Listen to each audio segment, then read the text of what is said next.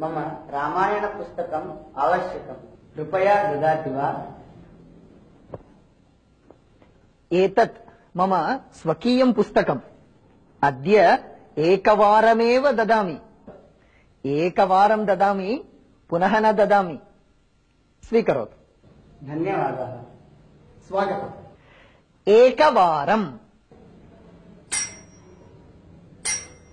अहं द्विवारं शब्दं कृतवान्। अहं द्विवारं दन्तधावनं करोमि। अहं द्विवारं दन्तधावनं करोमि। अहं दिने त्रिवारम् आहारं स्वीकरोमि। वारम्।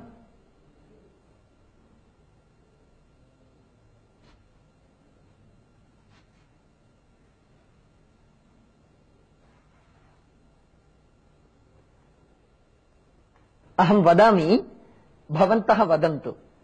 एकवारम्, द्विवारम्, त्रिवारम्, चतुर्वारम्, पञ्चवारम्, षड्वारम्,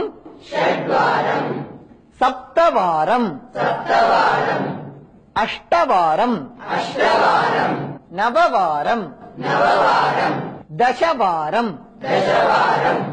अहम् एकं वदामि, भवन्तः वारं योजयित्वा वदन्ति वा? एकम्,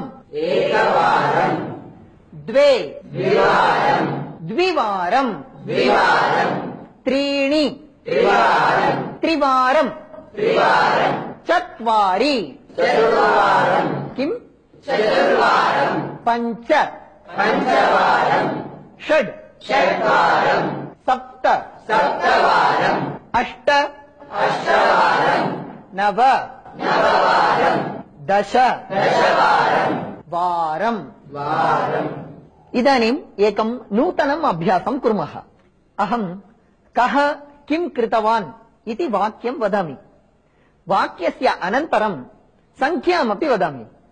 भवन्तः वारम् इति योजयित्वा वाक्यं सम्यक् कुर्वन्तु।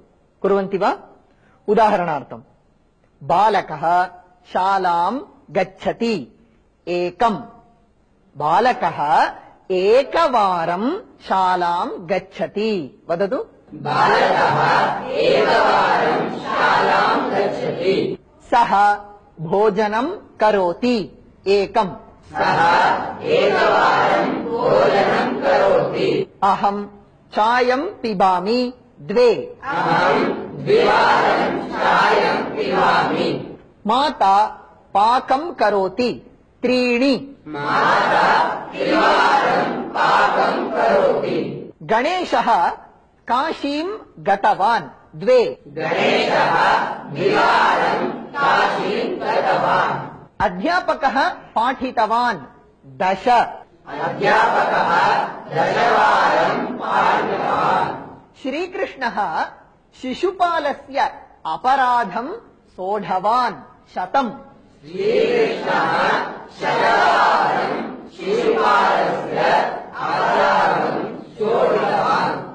सप्ताहे तैलस्नानम् उत्तमम्। एकम्। सप्ताहे एकवारं तैलस्नानम् उत्तमम्। अहम् एकां विनोदकणिकां वदामि। एकः विद्यालयः। विद्यालये एकः छात्रः उक्तवान्, अस्माकम् अध्यापकस्य वर्षे द्विवारमेव कोपः आगच्छति इति। अन्यः छात्रः उक्तवान्, एवं वा? आम्। प्रथमः उक्तवान्, एकवारं कोपः आगच्छति चेत् षण्मासपर्यन्तं तिष्ठति इति उक्तवान्। अस्तु, इदानीम् अहम् उत्तरं वदामि। उत्तरस्य प्रश्नं पृच्छन्ति वा? 13 वारं सूर्यनमस्कारं करोति। अहं सप्ताहे 3 वारं मन्दिरं गच्छामि। भवान् सप्ताहे कति वारं मन्दिरं गच्छति? सज्जनाः एकवारमेव वदन्ति। सज्जनाः कतिवारं वदन्ति? सम्भाषणसन्देशः मासे एकवारं प्रकाशितः भवति। सम्भाषणसन्देशः मासे कतिवारं प्रकाशितः भवति? माता 10 वारं पठतु इति वदति। माता कतिवारं पठतु इति वदति? दिने 2 वारं वार्तां शृणोमि। दिने कतिवारं वार्तां शृणोति? बाबर् बहुवारं भारतस्य उपरि आक्रमणं कृतवान्। बाबर् कतिवारं भारतस्य उपरि आक्रमणं कृतवान्?